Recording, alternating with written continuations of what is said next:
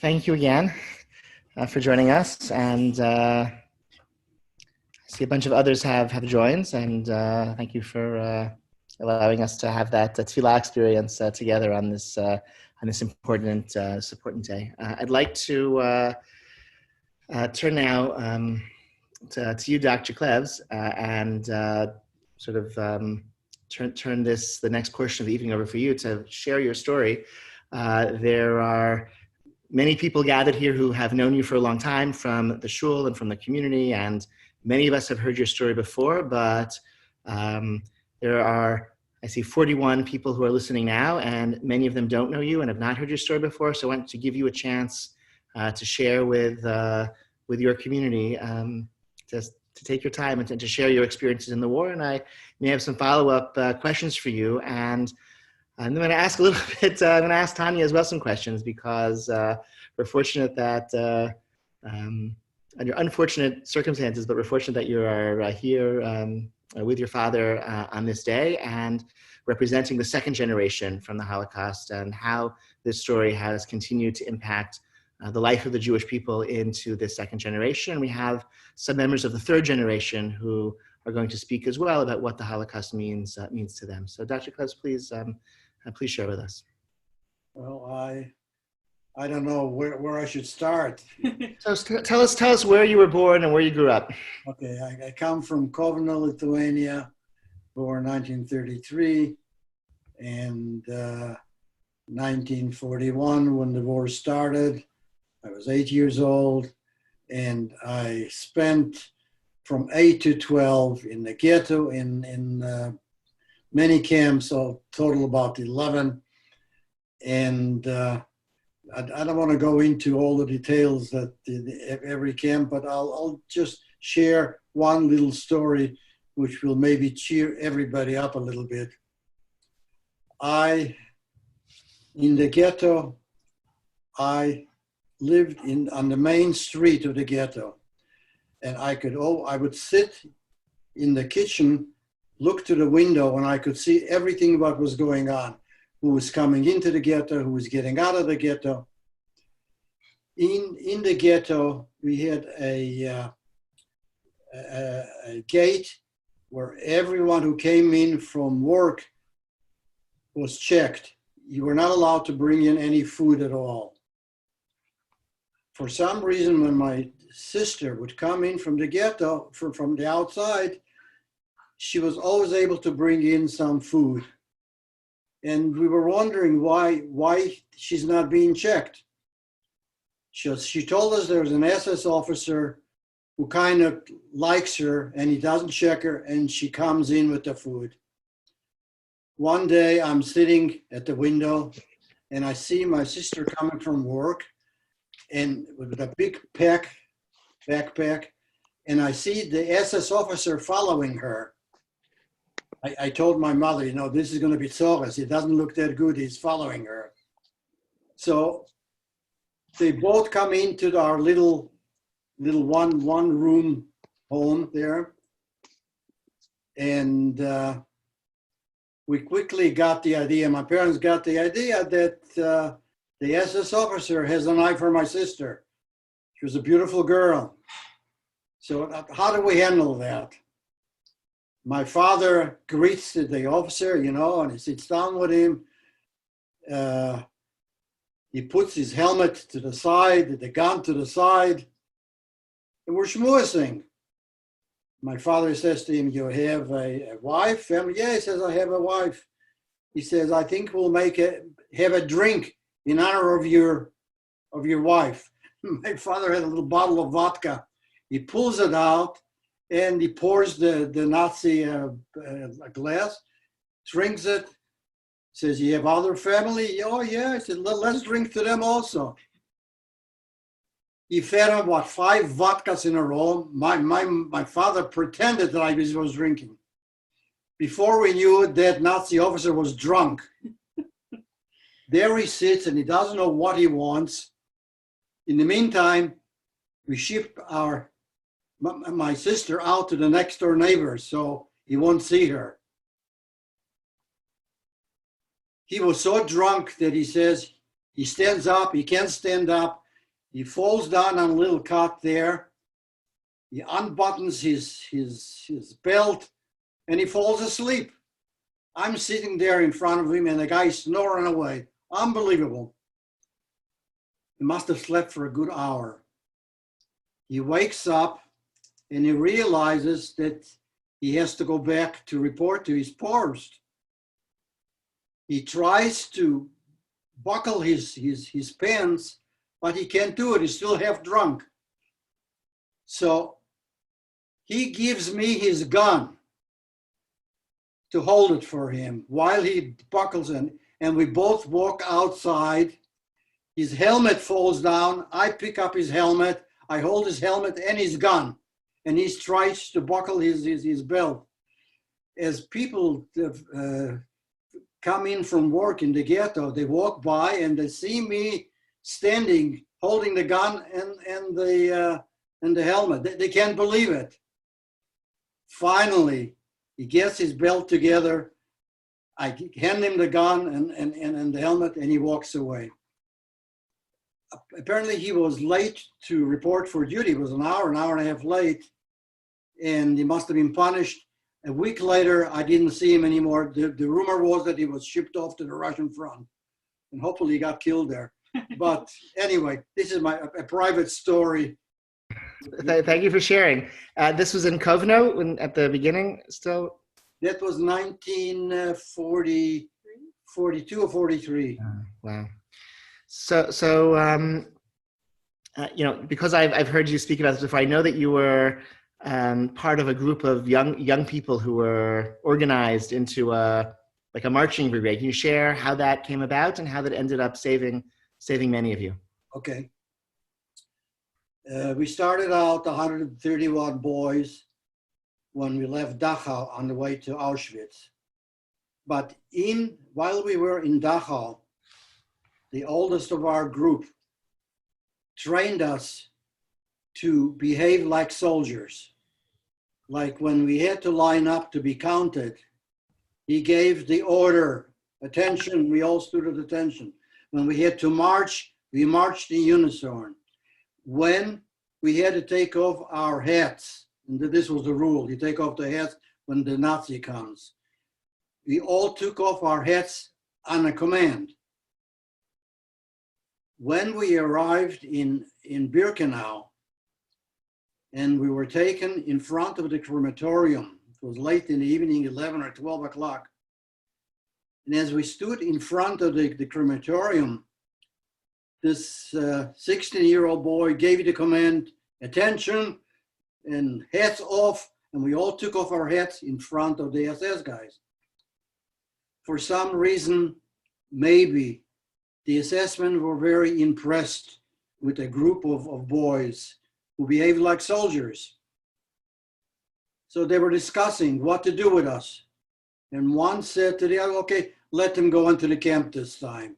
So this was the first group of children who came to Birkenau and were not guests immediately. And they marched us back to the camp. Of that group, how many survived the war? Out of the 131, there are altogether about 25. And now I think about 8 of us are left. Mm. And the guy, they commanded us how to behave, lives in Sderot. Wow. 93 years old. And when I asked him, when they had the missiles coming down on Sderot from Gaza, I asked him, how are you doing? He said, it beats Birkenau. It sure does. It's true. So you're still in touch with those remaining. Yes. This is all of them. Oh, sorry, wow. if you can see. This was already 2 years ago. My dad's 85th birthday in Israel. Wonderful. And I think they're all still alive. Is anyone gone? No, here? there's some are died. Yeah. Really? Yeah. Oh. Some had a stroke, and yeah. But this guy with the cane is the one that was our leader. Was their leader. Wow. That's such a powerful story. So two more stories that have always made an impact on me. You're saying goodbye to your father when you left Dachau, and his final words to you. Yes. they put us in a little barrack, and the fathers came to say goodbye to us. So as my father was standing in front, there was an SS officer on the side, one behind him, and his face is still in front of me, totally helpless. There's nothing he could do. He knew it was a children's election, but his final words to me were, when we survive, we all have to meet in the United States because we have a large family there. He says, remember this address, 1819 Wesley Avenue in Evanston. This is where we're going to meet if we survive. Then they took him away, and then they put us on trucks. This was a concentration camp, Landsberg, and took me from Landsberg to Dachau.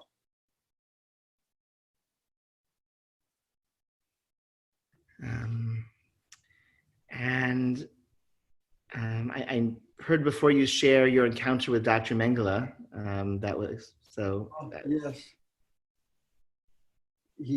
That was Rosh Hashanah. That's when the big selection was.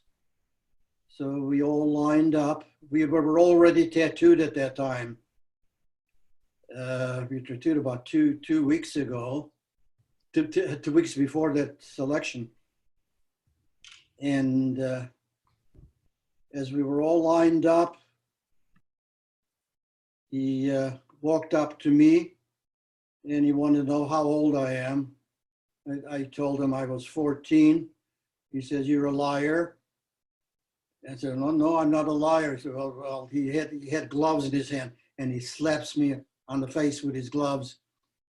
Then he asked me to drop my pants, looked at me. Then he says, take off your shirt. I took off my shirt. He says, turn around. I turn around. He says, how come you're so brown? I said, I only have this one shirt, and in the summer I want to save it, so I walk around without it. So I have a nice suntan. He stood there for another few seconds, passed me up. All my friends were taken out to the left, to the right, and the way that you were taken out is there was a scribe who walked behind him. Whenever he pointed out, they took down the tattoo number. The next morning, all the tattoos that were written down, all the boys were called out, and they were all taken to the crematorium to be killed. One of the boys who was taken yelled out, Jewish blood is not water. He said it in Yiddish. 75 boys were taken out that day on Rosh Hashanah and killed. And I saw the flames going up all day, all night. You could smell it in the air.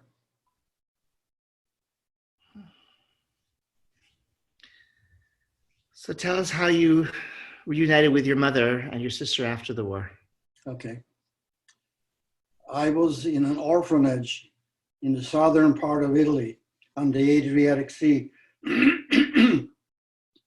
And a correspondent came from Israel for the newspaper Davar. And she picked me to be interviewed. So I told her my name, where I come from, and so on. I had no idea about the interview, but someone read that interview in Hungary, in Budapest. They knew my mother, and they said, it sounds like your son from Kovna. It was in Kovna Ghetto, must be your son. So my mother went looking for me, traveled to Europe to come to Italy. And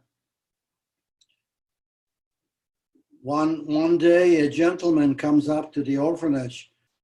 He looks me up They all knew me because they all called me the gypsy. I was the darkest kid among all the groups. So he finds me and he puts his arm around me. He says, what would you think if you'd meet your mother today? I thought the guy was crazy. So we walk outside, and the orphanage was on a hill.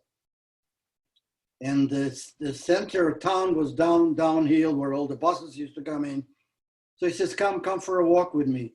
So he has his arms around my shoulders, and we walk. As we walk down a little bit of the hill, I see a woman coming towards me uphill. I look, and that was my mother. So I ran downhill as fast as I could. She ran uphill as fast as she could. And that's how I met my mother after the war. That's an amazing story. I did not know about the newspaper interview. Have you found that article? Have you tracked it down? I have it with me. You do? I sure have it. Yes. Okay, I want to see it. I'd like to see that too. It's a little beat up, you know. Okay. Yeah. Is it in Yiddish? In Hebrew. Devar, Oh, okay. yeah, it doesn't exist anymore, but it was a very important newspaper for many years. Tell us what you feel is these memories, these experiences. What is their importance for today for you? Like how do you see the world with this past, with these memories? I tell you, the world was totally dark for me. Every day I didn't know if I'll get killed the following day. The most wonderful feeling for me right after the war is when I saw the Jewish soldiers from the Jewish Brigade. When I saw their uniforms with the Magen David on a patch, and they were wearing weapons, I can't tell you how I felt. Up to this date, I'm so happy and so proud the way they treated me. They treated me like their own child. This is why I'm so unbelievably in love with Eretz Israel and Tzahal. Thank you. Rabbi, sorry, we also have a personal request for my dad to tell a story. Do you remember your tefillin story? Of course, yes. Please, let's tell the tefillin story. Yes. You know, in Birkenau, one of the boys in my group, he was about 14 or so, smuggled in a pair of tefillin in his shoes. And in the morning, he used to sit on the bunk. We picked the second bunk, so they wouldn't be able to spot him. And a few of our boys would stand around him to warn him if a Nazi comes into the barrack. So he would put on the tefillin. Then we were taken to showers. A couple of weeks later, they took the shoes away, everything away. Anyway, you lost his tefillin. But the point is that when I came to Israel last year to my grandson's bar mitzvah, I can't tell you how I related the tefillin in Birkenau to going and buy a pair of tefillin for my grandson and go by the kotel and help him put on his tefillin. That's beautiful. That's beautiful. Thank you for sharing that. Tania, I want to pivot to you at this point and ask you to share some thoughts on growing up here in Chicago as a child of a survivor. That I imagine there were not many others or any others in your high school class and amongst your circle of friends, and how has that shaped who you are and how you've seen the world and how you see the world? I think that, well, this is why I asked if maybe my brother should do this, because he's obviously, if people don't know, my brother, he's five years older, and he's the firstborn, and he's a boy. So I think it was a little bit different. As my brother likes to say, same parents, different household. So, you know, I'm sure a lot of Holocaust children can relate to that. depending on when you were born in the family. And I was, you know, the last one, the final child to be born, and it's a 5-year age difference, and I'm a girl. So I think I was shielded a lot. I was sheltered a lot from the stories. I remember very vividly as a young girl sitting on my father's lap and pointing to his tattoo and asking, "What is that?" And he said it was the home phone number. And I kind of looked at him and I was like, "Why?" And he said, "So I can remember it." But I was young. I was really young. I think I was like 4 or 5. And I don't know, you know, I think for Eli, you told him, you gave him the right answers when he asked, versus telling me things that weren't true, you know? But obviously, I think as I got older and I started to realize the impact of the Holocaust and, you know, what it meant for the Jews and survival of the Jews, I became very aware and hyper conscious of it. And especially when it came to food in the house and the way that we, you know, the certain things that we bought, or how we spent our money, and things that my dad kept in if I can say this, but personally kept in the safe, you know, and that he always felt like he had to protect us and protect himself. And there was always kind of this underlying fear that the Germans could come back and take everything away from him and from us, and another war could start. So my brother, I think, internalized his pain, my father's trauma differently than I did. And I think that's one of the reasons why my brother became very religious and moved to Israel and, you know, made Aliyah, has a family there. One of the ways I internalized it is that I got my father's tattooed on me, which I can show everyone, which is something that I did many, many years ago when I came home to Chicago. And I actually asked my father permission. I said, "Dad, I'm thinking about doing this." And he kind of looked at me like I was a little bit crazy. And I said, "I want you to think about it. I want your blessing before I go do it." And I said, you know, just sleep on it and let me know what you think. And the next morning he came to me and he gave me his blessing. And I asked him where he wanted me to get it done. And he said, "On this part of the body." And I literally went and got it done that day. There was no mulling over it. I went and got it done. I didn't even tell them I was going. And I came home and I had a giant bandage around my arm. And I just remember my mom freaking out and said I made the biggest mistake of my life. And she said, "Now you're going to carry this pain with you for the rest of your life." And I said to her, "It's a testament to my father. And it's a testament to whenever someone sees it, everyone asks me, 'What is that?' And I always say, it's in honor of my father, who's a Holocaust survivor." So, you know, and my brother lives in Israel and is religious, and that's his testament to my father. I'm sorry, Dad, I'm not religious, but, but you know, we all internalize the trauma differently. Thank you for sharing that. I want to turn now to a member of the 3rd generation, who's a member of our shul, Alexa Micley, who is going to speak now. I think she'll be highlighted soon. Guys, Allie's speaking. You want to listen? Oh, sure. Sorry. Okay. Thank you, Dr. Clevs and Tania, for sharing all of that. It was so moving. Tania, as you were speaking, I was thinking a little bit about what you said, like different children, different experiences. That's sort of how I feel in terms of being a grandchild to 2 different Holocaust survivors. So both of my paternal grandparents were survivors. And in particular, I was very close with my mother. I was the firstborn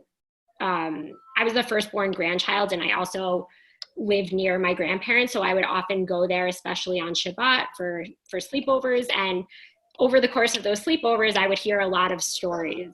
And you know, I don't really remember the first time I heard what the Holocaust was or that my grandparents were survivors. It was just sort of like known to me growing up, almost like you would say, "Oh, the sky is blue." It was just a fact of life. And in their house were always other survivors, especially on Pesach. Every time Pesach comes around, I am reminded of the seders we used to have with my grandparents' friends, all of whom were survivors and all of whom would always share different parts of their stories on Pesach. So one of the things that I think I miss the most as a member of the third generation, now that my grandparents aren't alive anymore, is just the connection that I had with so many of their friends, and just the way I would get to sit around the table and hear stories. But I'll just share a little bit about my grandmother's story.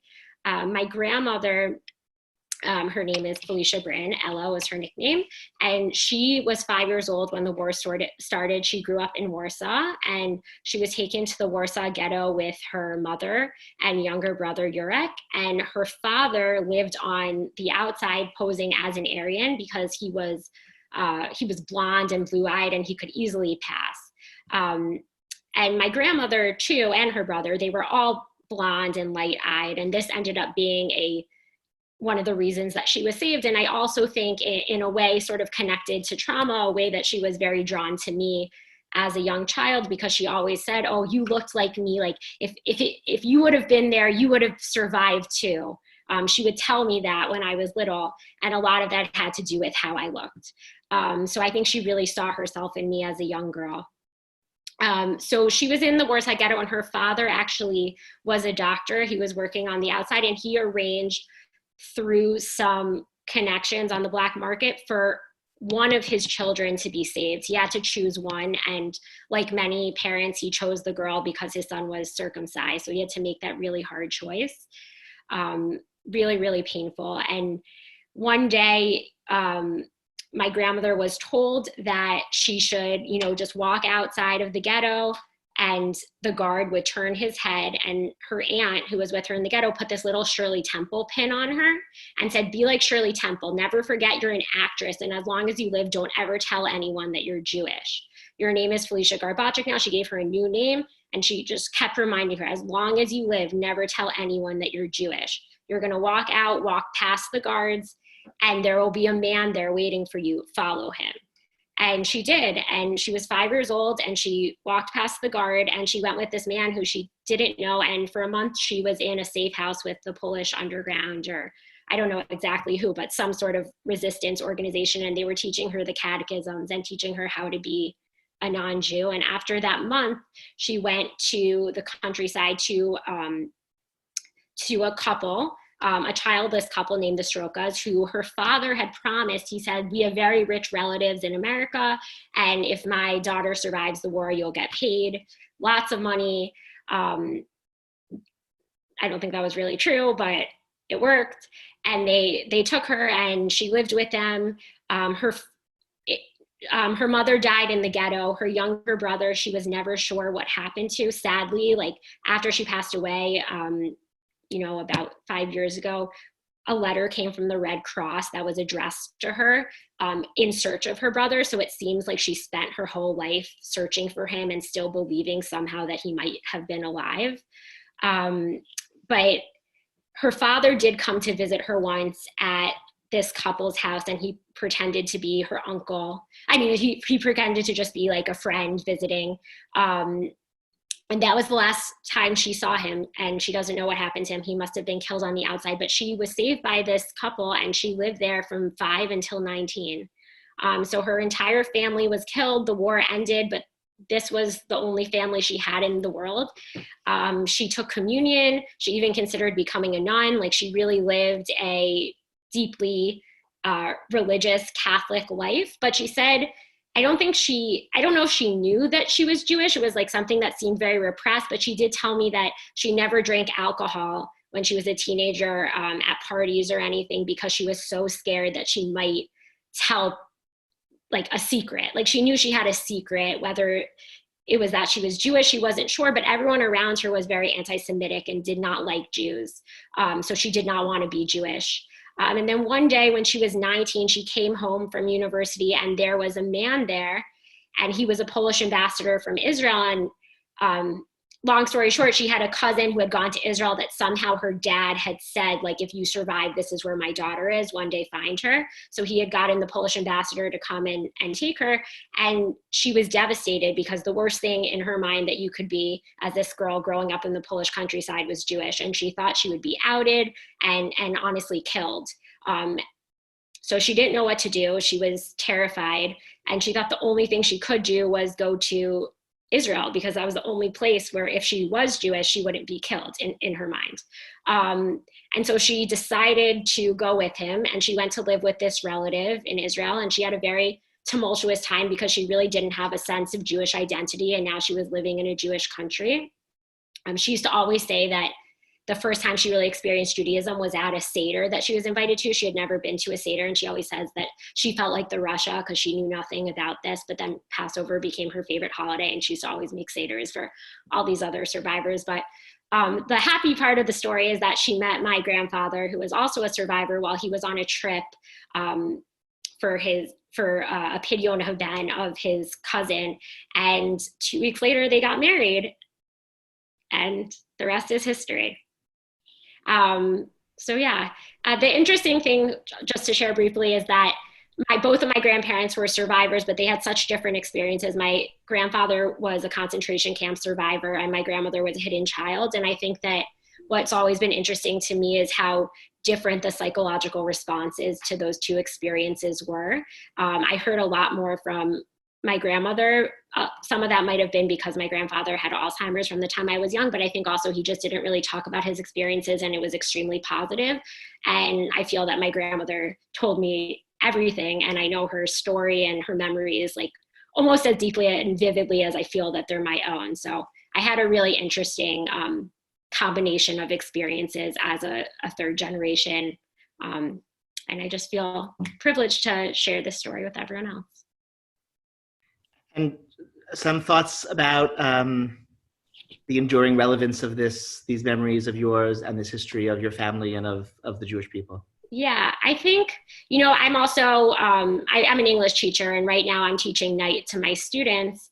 And we were supposed to go to the museum and hear from a survivor at the Illinois Holocaust Museum. And I was thinking about how different it is teaching night this year than every other year, where the students, they don't have the opportunity to meet a survivor in person. And for so many of my students, like most of whom aren't Jewish, that opportunity is so rare and so unique. And I just think that Holocaust education right now is like, it's the only thing that we have, because soon, sadly, as survivors become fewer and fewer, we won't have that opportunity for personal testimony. So I think that just now that we do have survivors around, hearing Dr. Clevs is such a privilege, and hearing those stories is the most important thing we can do. But then also just continuing to educate and preserve this legacy in any way possible, so it doesn't feel, already this year I'm feeling that it feels more foreign than it did last year. And I think that's something that we'll sadly see in the future. So just continuing to hearing these personal stories just makes everything come alive. Thank you. We're going to hear now from Allison Horn, another third generation member of our community. Are you here? Oh, there you are. Hello? Yeah, hi. Hi. So I had, my mom's parents were both survivors. My grandmother, Helen Beck, and then Helen Jacober, and my grandfather, Marcel Jacober. And my grandfather unfortunately passed away when I was 3. He had strokes and poor health, and he passed away at a young age. But I really grew up with my grandmother. But I from grade school, I learned about the Holocaust, but I knew nothing of her story. She was very closed off and didn't speak about her experiences. So it was really only after her death that I started to learn about what she had really been through.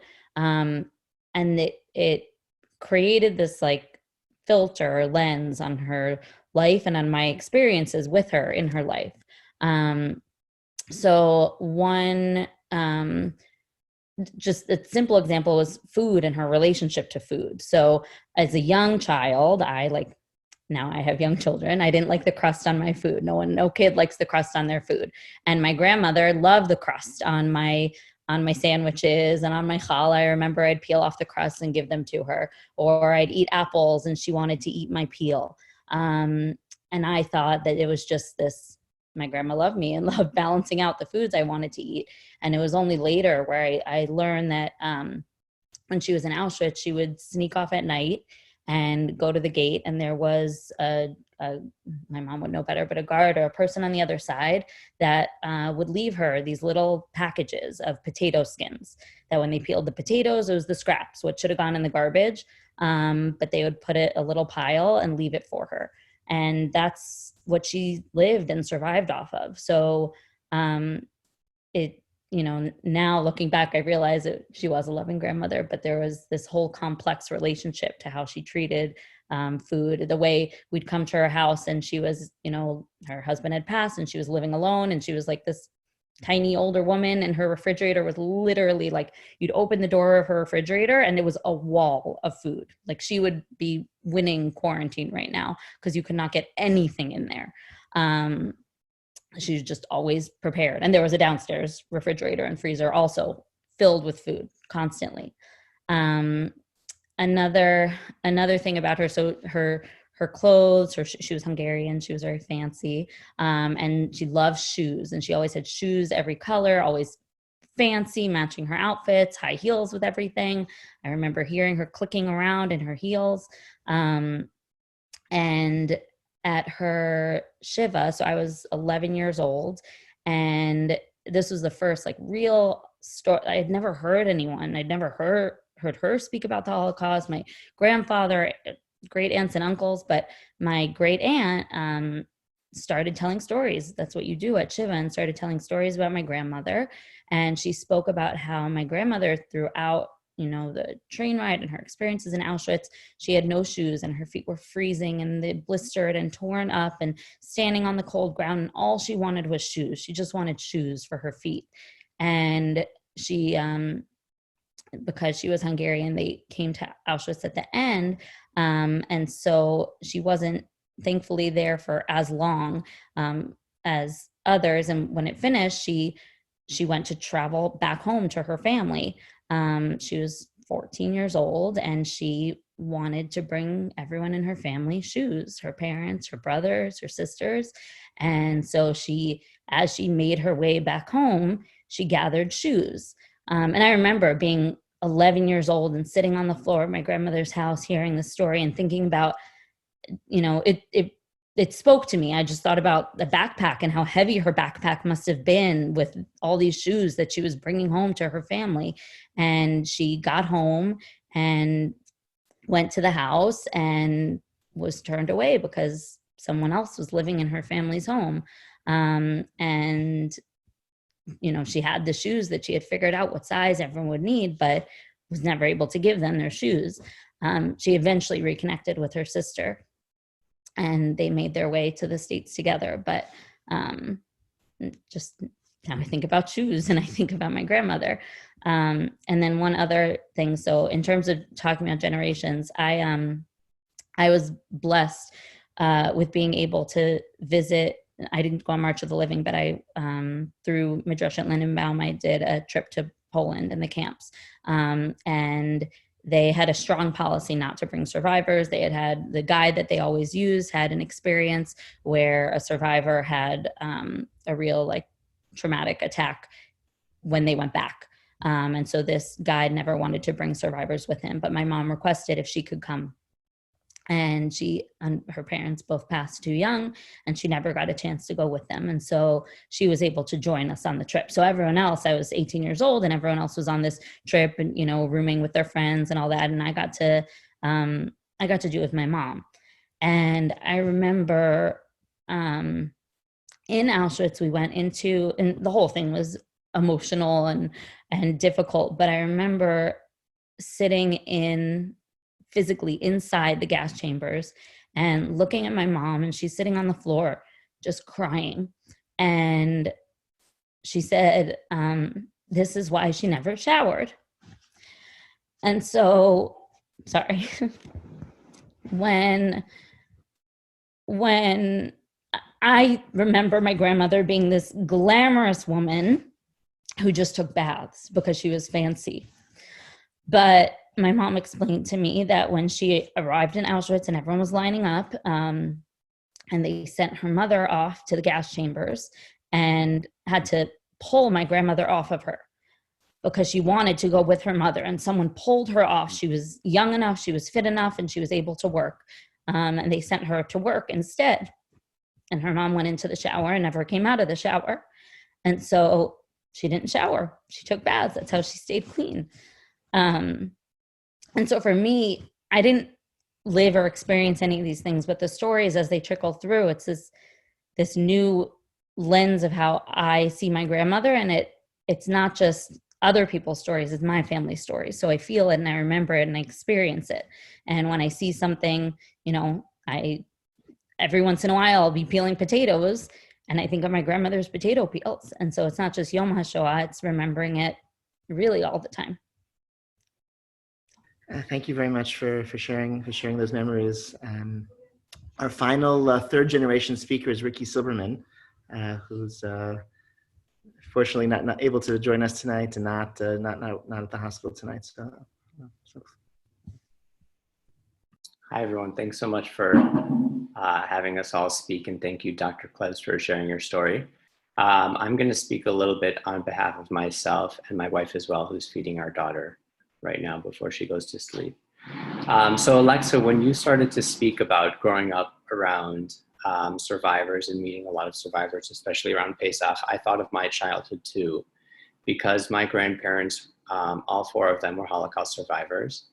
And a big time when I would gather with what I felt was really a community and a family of survivors was at the annual Yom HaShoah commemoration that my family used to go to, and my grandparents were among the organizers of at Skokie Valley here in Chicago.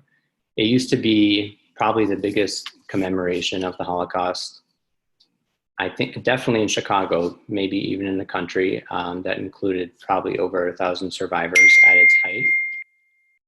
And I feel like that's where I really grew up, was amongst those people there.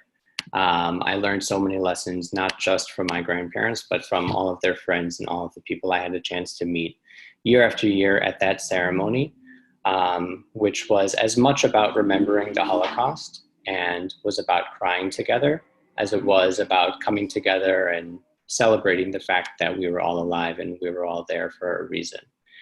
So this Yom HaShoah is obviously very different from that, and I think that as the years go on, our Yom HaShoahs will look different and different than how we remembered them being growing up. And that's important to keep in mind, especially this year.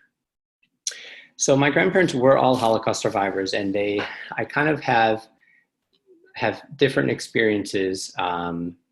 One of each experience that you could imagine is what my grandparents had. So of my paternal grandparents, my paternal grandfather was in 5 different concentration camps, and my grandmother fought with the partisans throughout the duration of the war.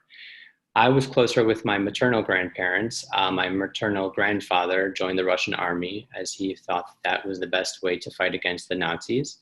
And my maternal grandmother, who I was closest with, survived with the help of a Catholic woman. And I can tell you a little bit about her story.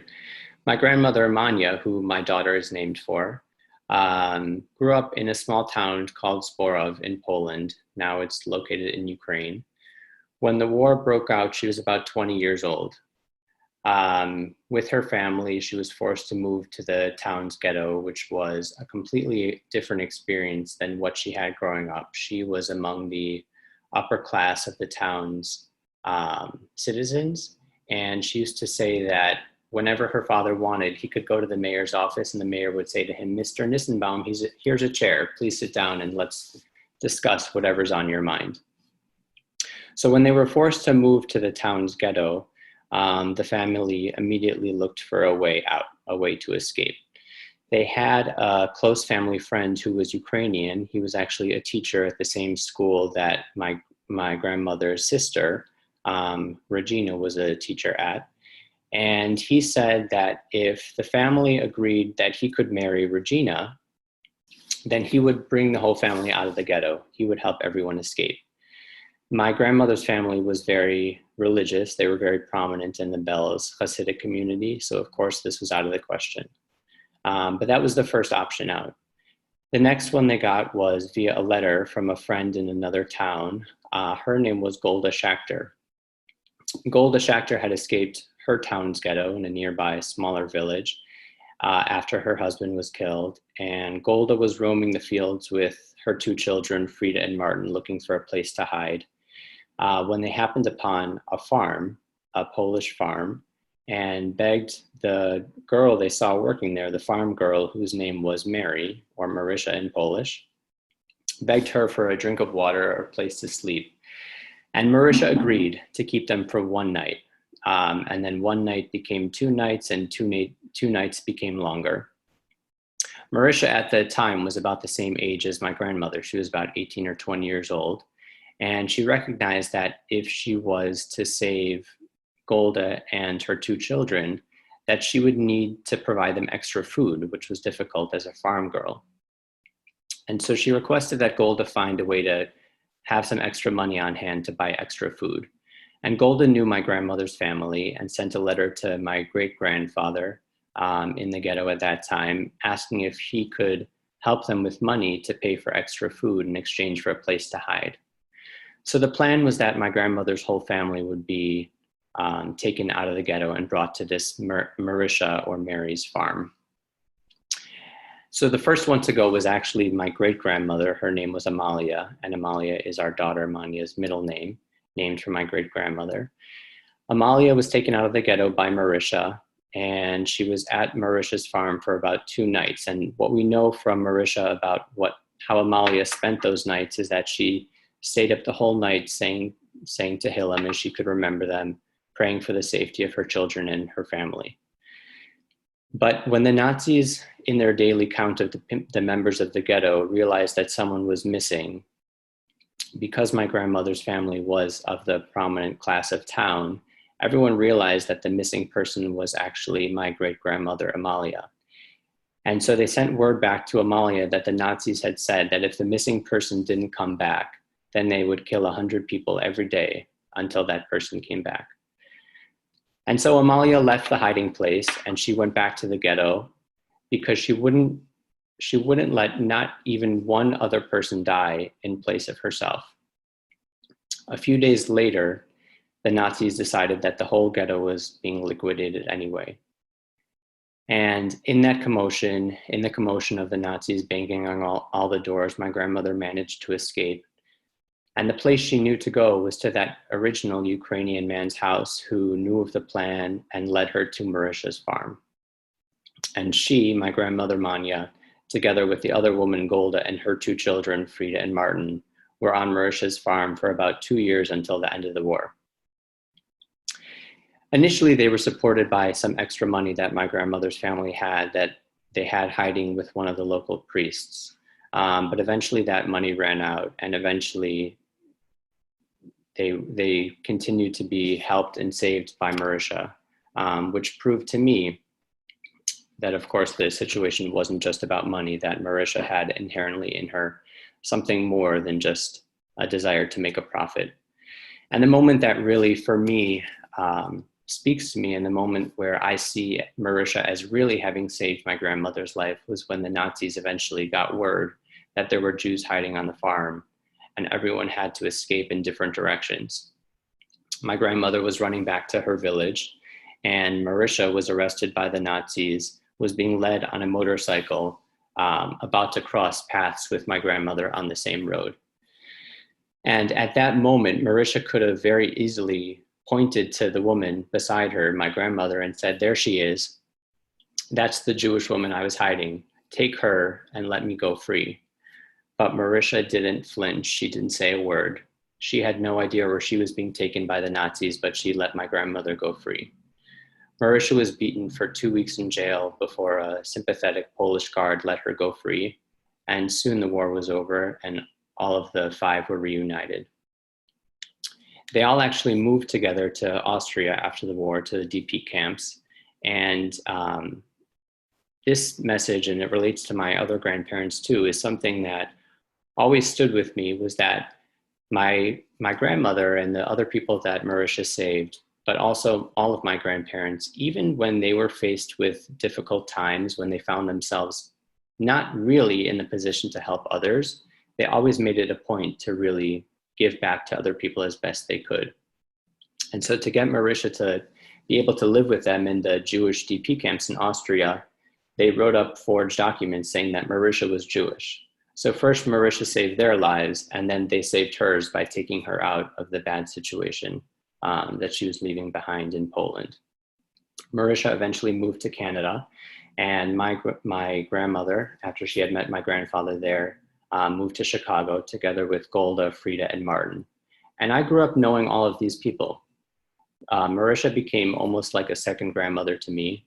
And I always felt fortunate to, I had all of the experiences of my grandparents growing up, but I felt fortunate to have sort of a positive story and a positive message that I could grow up with and relate to, which was that despite everything that went on then, all of the bad stories, all of the terrible stories of neighbors turning on each other and things like that that we hear of, there were good people. And like Alexa spoke about too, there were people who had it in their heart to give a hiding place to another person, give a piece of bread to another person. There were those people who viewed themselves as no different from their neighbors. And so that's something that's always inspired me. And to go back to the message that I mentioned before, my grandfather, my grandmother's husband, he, after the war, after being in Russia, he moved to Breslau, which later became Wrocław in Poland. And he joined the Jewish committee. And what he did is he helped people apply for restitution papers. So again, even though he was in a position of sorrow after having lost his entire family, he helped other people move out of Poland into the United States and help them when they came to the United States. My paternal grandparents, after they moved to New Jersey, after, again, having been in concentration camps, having fought with the partisans, they didn't have too much to support a growing family of 3 young children, but yet they sent money and they sent clothing to relatives in Israel. And so I think it's something that we can relate to, that especially during the times that we live in now, even though we might find ourselves in difficult situations, we always have a little extra to give to other people, and we can always find it in ourselves and in our hearts to reach out and help other people. Thank you very much. In a moment, I'm going to read a memorial prayer as a way to bring this gathering to an end. I want to give Dr. Clevs another chance just to, any final reflections, having heard these younger members of the community share their family's memories and their family's history. If there's any final memories, final words, even just a word of blessing you can give us. This is a time when we all need a lot of courage, and you're somebody who knows a lot about courage. I would like to know if Marisha has been recognized as a righteous Gentile in Yad Vashem. Ricky, that's for you. Yes, she was. She was honored in 1982. Okay. That's very nice. That's very nice. And I have a question for Alexa. Did your grandmother ever go back? Oh, you're muted, Alexa. Unmute yourself. Unmute. So she did. She actually went back. So her relationship with Poland was really different than a lot of survivors, because her whole Jewish family, other than a few cousins, were all killed. And she ended up just living with this Polish family, and their whole family became her family. And so she would go back to see them all the time. And she also had an organization that she ran in Miami called Russian Outreach, helping Russian Jews. And she would also bring, it was during communism, and members of the family would come, and she would find them jobs. So they were all the members of the extended family that had saved her were always coming back and forth and staying with us, and also part of, not me, but my family's larger circle. And then I actually went back with her also on a similar trip, not an organized trip, but one that I did with my mom, my grandmother, and my aunt. And we went back to the farm. The people who had saved her were killed, but we saw their graves, and on their graves, they had the righteous Gentile designation, which was really powerful because in that town, my grandmother always told me how much anti-Semitism there were, and she fled because she was petrified to be a Jew. So just the fact that it said on their graves that they were righteous Gentiles was really powerful to me. And also they never got paid by the rich relatives in America, but their farm, the grandchildren who were my age said that like in the years since they had saved my grandmother, the farm had just done so well and really bloomed. So it felt like they were repaid by God for the good that they did, even though never got that money, but good came to them. Thank you. Thank you. Thank you everyone for listening, and thank you for those of you who shared your stories. I'm going to recite a memorial prayer. I'll read it in English and then I'll recite it in Hebrew as well. And then we'll transition into Mariv, the Mariv prayers, which we'll recite together. We can recite together even though we're not comprising a minyan. One thing that you can do if you finish your prayers early or want to pray later, in the chat box, if you want to just list the names of people you're commemorating on this Yom HaShoah, those who you can just designate the survivors in your family, and also you can list those who didn't, and that way we can just sort of see in that chat box who it is that this community is remembering among so many millions of others. I'll read the prayer first in English, then in Hebrew. God, full of mercy, justice of widows and father of orphans, please do not be silent and hold your peace for the blood of Israel that was shed like water. Grant fitting rest on the wings of the divine presence in the heights of the holy and the pure, who shine and radiate light with the radiance of heaven, to the souls of the millions of Jews, men, women, and children who were murdered, slaughtered, burned, strangled, and buried alive in the lands touched by the German enemy and its followers. They were all holy and pure. Among them were great scholars and righteous individuals, cedars of Lebanon and noble masters of Torah. May the Garden of Eden be their resting place. Therefore, Master of compassion, shelter them in the shadow of your wings forever and bind their souls in the bond of everlasting life. The Lord is their heritage. May they rest in peace. And let us say, Amen. And in Hebrew, El Malei Rachamim, Dayan Al Menad Avi Yetomim, Al Na Techeshev Titapak, Ledani Shosh Nishpach Kamayim, Hamtzei Menucha Nechona Kanfei HaShechina, Ma'alot Kedoshim Etorim, Kazarakia Meirim U'Masirim, V'nishmotehem Sharuvot Alfei Yisrael, Anashim V'Nashim, Yeladim V'Yeladot, Shnehargu, ושנשחטו ושנשרפו ונחנקו ונקברו חיים בארצות אשר נגע בהן יד הצור הגרמני וגרוריו. כולם קדושים וטהורים ובהם גאונים וצדיקים, ארזי לבנון אדירי התורה, בגן עדן תהא מנוחתם. לכן בעל רחמים יסתירנו סתר כנפיו לעולמים, ויצרור ויצרחים ונשמתם. Amen.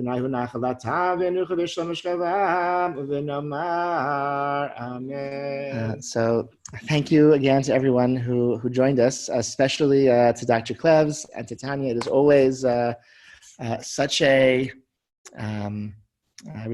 such a zechut, a real privilege to share this community with you and your family, and we're missing Batya very much tonight, and as we do every day. And I know she's very proud of you and proud of your children and your grandchildren. I also want to thank thank you again, as always, for being who you are and for being part of this community, a really special part of this community. I also want to thank Alexa and Allison and Ricky for sharing their stories, and I want to thank also Rabbi Nitzarna for playing a really pivotal role in helping to organize this evening. Dr. Clevs, you're raising your hand. Yeah. I also want to thank at this moment my niece, Shoshana, who came from Tucson to be in my difficult time. Oh, okay. Okay, indeed. Thank you for acknowledging her. So thank you, everyone, and please God, we'll have a chance to meet together and to share memories and to celebrate good times together in real life. Okay, not just online. In person in the coming days, in the coming months, whenever it's safe to do so. But this community has meant a lot, even this online gathering. So really, thank you so much, and good evening, everyone. Stay safe and take care of yourself. Can I add one thing? Please, yeah. I don't know where the best way to send this out is, but the Blue Card, which is an organization that takes care of Holocaust survivors, has a really special opportunity right now where you can record a video to send to a Holocaust survivor who is living alone right now. So this might be a nice thing to do, whether it's individually or with your family, if you have children, but just to brighten a Holocaust Survivors Day. So I will figure out the best way to send that. If you have the link readily available, you can share it in the chat box and people can copy it. I'm going to try to find it right now. But for those who might be already signed off, and if you send it, I think I have it actually. You can send it again to me to make sure, and the shul will send it out in the forthcoming email. So actually, everyone can check your shul emails. Thank you, Dr. Clevs. Okay. Thank you all. I have one question. Yes, was this recorded? Was tonight recorded? Tonight, this was recorded, and so we'll make it available as well. You can share with other friends and family. And Wonderful. Thank you all, everybody, for sharing. It's beautiful. Thank you so much. Thank you all. Good night, everyone.